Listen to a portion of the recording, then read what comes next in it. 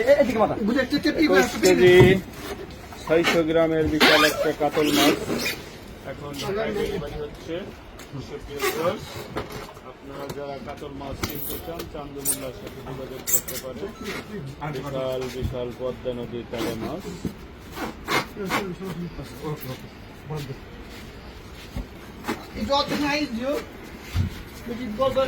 আইস দিব না?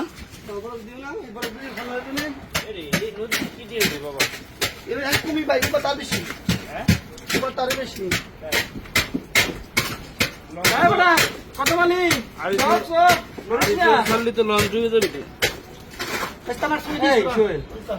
দাবা দিস, দাবা লাভ দিব কি উঠবে যায়। ঠিক আছে, টাকা মতো কর না।